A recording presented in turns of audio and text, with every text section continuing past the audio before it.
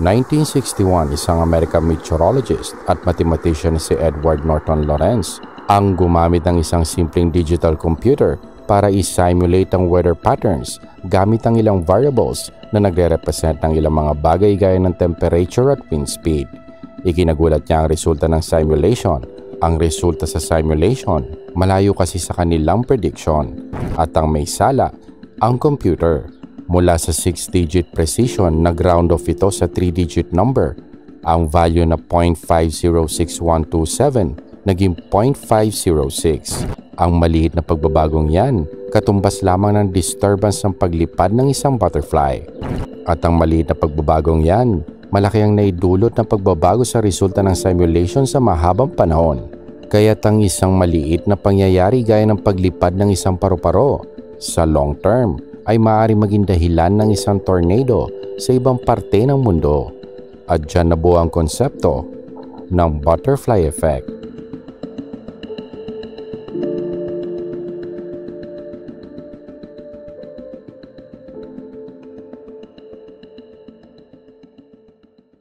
Ang butterfly effect hindi lamang tungkol sa weather. Totoo rin ito sa lahat ng aspeto ng buhay natin. Ang bawat pangyayari sa ating realidad ay resulta ng isang aksyon sa nakaraan, maliit man o malaki. May mga halimbawa nito sa ating history, maliliit na aksyon na nakakabiglang nagresulta sa hindi magandang pangyayari na nakaapekto sa buhay nating lahat. Tingnan natin ang mga ito. Ang World War I ay isang pangyayaring bumago sa takbo ng buhay nating lahat. Ngunit paano kung hindi ito nangyari? Well, hindi natin alam. In theory, maaaring hindi rin maganda dahil maaaring may mas malala pang gyera ang nangyari. Pero paano nga kung hindi ito nangyari? Kung ang World War I hindi nangyari, maaaring walang World War II, walang Hitler, walang halos 60 milyon ang namatay.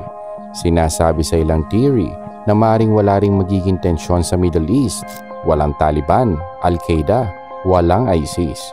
Ngunit marami nagsasabing nakatakdang mangyari ang World War I at malamang ay tama sila. Kombinasyon ng maraming pangyayari ang World War I, pero pwede itong paliitin at ituon sa isang maliit na pangyayari. June 28, 1914, inatake ng isang granada ang sasakyan ng Archduke ng Austria na si Franz Ferdinand. Hindi ito tinamaan, ngunit nasaktan ng mga pasahero ng kasunod na sasakyan. Sa araw din na yon, ginusto ni Franz na dalawin ng mga nasaktan, ngunit nagkamali ang driver. Nagkamali ito ng liko. At sa daang iyon, nakatayo ang isang 19-year-old Serbian na si Gavrilo Princip. Isa siya sa mga lalaking umatake kay Franz noong umaga ding yon. Nakita niyang huminto ang sasakyan, sinusubukan mag-U-turn. Nilapitan niya ang sasakyan, binaril si Franz at ang kanyang asawa. Kung hindi dahil sa maling pagliko ng sasakyan ni Franz, hindi sana siya nabaril. Kung hindi siya nabaril, hindi sana nagdeklara ng giyera sa bansa ng gunman, ang Austria-Hungary, na nagresulta sa pagdeklara ng giyera ng Germany sa Russia na sinundan ng France at Belgium, na nagresulta sa pagdeklara ng giyera ng UK sa Germany simula ng World War I. Kung hindi na-assassinate si France, maaaring hindi ganoon ang naging simula ng World War I. Maaaring hindi ito napigilan, ngunit siguradong hindi ganoon ang naging simula kung saan ang resulta ng giyera, maaaring na iba. Ngunit nangyari ang nangyari dahil lamang sa maling pagliko ng isang sasakyan. Sa dinami-dami ng mga kwento tungkol sa World War, narinig mo na siguro ang istorya ng isang lalaking nakapigil sana sa World War II, nakapigil sana sa pagkamatay ng halos 60 milyon na tao. Henry Tandy, isang British soldier, sinasabing nakasalubong niya ang sugatang si Adolf Hitler sa isang French village noong 1918. Nagdesisyon ng British soldier na hindi barilin si Hitler. Tinanguan siya nito bago umalis. Hindi man makumpirma ang istoryang ito, pero kung totoong nangyari, kung binaril niya si Hitler, hindi sana ito naging pangunahing karakter sa World War II. Maaring iba ang panimula ng World War II o maaring hindi nangyari. Maaaring napaganda o maaaring mas malala pa. Kung pinutok ni Henry Tandy ang baril, maaaring nagkaroon pa rin ng giyera, pero maaaring hindi halos 60 milyon ang namatay. Kung karamihan sa kanila nabuhay, maaaring nagkapamilya sila, nagkaanak, kung saan ang ilan sa kanila, maaaring naging visionaries gaya nila Einstein o Elon Musk. Pero nangyari ang nangyari dahil nagdesisyon ng isang British soldier na huwag barilin si Hitler. November 22, 1963, na-assassinate si JFK pero hindi sana siya namatay kung hindi dahil sa suot niyang back brace. 1914, 20 years old pa lamang si Kennedy na aksidente siya sa paglalaro ng football. Yan ang naging dahilan kung bakit habang buhay siyang nakikipaglaban sa sakit ng kanyang likuran. Dahil dyan, kailangan niyang mag-back brace. Kung wala siyang back brace sa mga oras na binaril siya, hindi siya sana namatay. Ang unang tama kasi sa kanya, non-fatal. Pero dahil sa back brace na natiling diretso ang kanyang upo, saktong posisyon para sa pangalawang putok. Kung hindi dahil sa back brace, nakayuko sana siya pagkatapos ng unang putok. Magiging imposible ang pangalawang attempt. Pero nangyari ang nangyari dahil sa isang sports injury, 23 years bago siya ma-assassinate. Isipin mo kung ilang tao ang na-late sa trabaho sa trahedya ng 9/11. Dahil dyan hindi sila napasama sa bilang na nasawi. Si Elisa O'Kane, United Airlines flight attendant, hindi siya napasama sa Flight 175 dahil sa typo error. Ang konsepto ng butterfly effect tila salungat sa inaasahan nating siyensya. Ang physics, math at iba pang scientific fields nakabase sa predictability. Nape-predict natin ang orbit sa mga planeta para makapagpadala tayo ng mga satellites at probes. Nape-predict natin ang posibilidad ng isang asteroids na tatama sa Earth, kabaliktaran ng butterfly effect. Isa itong modelo na nagpapakita ng mali sa iba pang modelo. Sinasabi dito na kung walang perpektong knowledge sa initial conditions, anumang prediction sa hinaharap ay walang silbi. Ngunit kahit ipinapakita ng butterfly effect ang mali sa ibang modelo, ipinapakita din nito ang epekto ng lahat ng bagay. Ikaw at ako, tayong lahat. Si Donald Salk ang kinikilalang nakaimbento ng bakuna sa polio noong 1955. Kung hindi niya nadiskubre ito ng mga panahong iyon, ang buong populasyon ng planeta ngayon ay ibang-iba.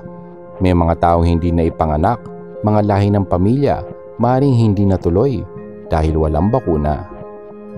Maaaring ang mundo natin ngayon hindi ganito ang itsura dahil sa isang pangyayari noong Cold War sa Cuba. October 1, 1962, isang Russian nuclear-armed submarine ang naka-station malapit sa coast ng Cuba. Na-detect ito ng US Navy. Gumamit ang US Navy ng non-lethal depth charges para magbigay ng signal na kailangang umangat ng submarine. Inakala itong bomba ng mga crew ng submarine. Inakala ng kapitan na nagsimula na ang giyera sa pagitan ng US at Soviet Union. Nag-order ito na mag-launch ng isang nuclear missile. Lahat sumang-ayon bukod sa isang officer na si Vasily Arkhipov. At dahil sa hindi unanimous ang decision, hindi na-launch ang missile, hindi naganap ang World War III. Dahil sa desisyon ng isang taong ito, ang planeta natin hindi naging nuclear wasteland. Apektado ang lahat ng bagay ng butterfly effect. Kaya't kontrolado mo ba ang lahat ng bagay sa buhay mo? Tila hindi. Pero ikaw at ako, malaki ang epekto sa mundo. Ang katotohanan ay wala tayong idea sa kung anong eksaktong bagay ang magpapabago sa buhay natin. Kaya't bawat bagay, maliit man o malaki, importante. Halimbawa, ikaw na nanonood ng videong ito, kakain ito ng ilang minuto ng buhay mo. Makakabuti man ito sa iyo o hindi. Ako na nakakita ng isang topic, nag-research, nagsulat, gumawa ng video, in-upload at lumabas sa YouTube feed mo sa isang specific na oras na maaaring nakapagpigil sa isang hindi magandang pangyayari sa buhay mo. Kaya't ang title ng video ay babaguhin ito ang buhay mo. Dahil sa maliit na bagay gaya ng panonood ng videong ito, may nabago sa buhay mo, nakabuti man o hindi. Maaaring dahil sa panonood mo napigilan kang lumabas kung saan may nag-aabang palang aksidente. Nakakatakot isipin, pero posible. Ang lahat ng nangyari sa nakaraan humantong sa ikaw at ako sa mismong sandaling ito. Lahat. Dahil ang universe nag-i-exist, dahil ang universe nag-i-expand, at dahil ang temperature ng universe ay sakto lamang para makabuo ng mga bagong stars sa mga stellar nurseries. Kung wala ang stars na yan, walang supernova. Kung walang supernova, wala tayong iron. Kung walang iron, wala rin tayo. Araw-araw humihinga ka. Bawat exhale mo naglalabas ng carbon dioxide. Nakakatulong yan sa mga halaman Gamit sa photosynthesis, nakaka-create ng mas marami pang oxygen. Oxygen na maaaring hinihinga pa rin ng mga tao 100 years sa hinaharap. Lahat ng gagawin mo gaano man ito kaliit ay makakaapekto sa hinaharap sa anumang paraan. Ang mga taong nabuhay 100 years sa nakaraan may epekto pa rin sa mundo natin ngayon. Ang mga ginagawa mo ngayon may epekto sa panghabang panahon. Ang maliliit na bagay na binubuo mo ngayon maaaring malaking bagay na susundan ng mga susunod na henerasyon. Parang mabubuhay ka na rin sa panghabang panahon. Kaya't sa susunod na may mangyaring malaking pagbabago o pangyayari sa buhay mo, isipin mo, hindi yan aksidente nangyari.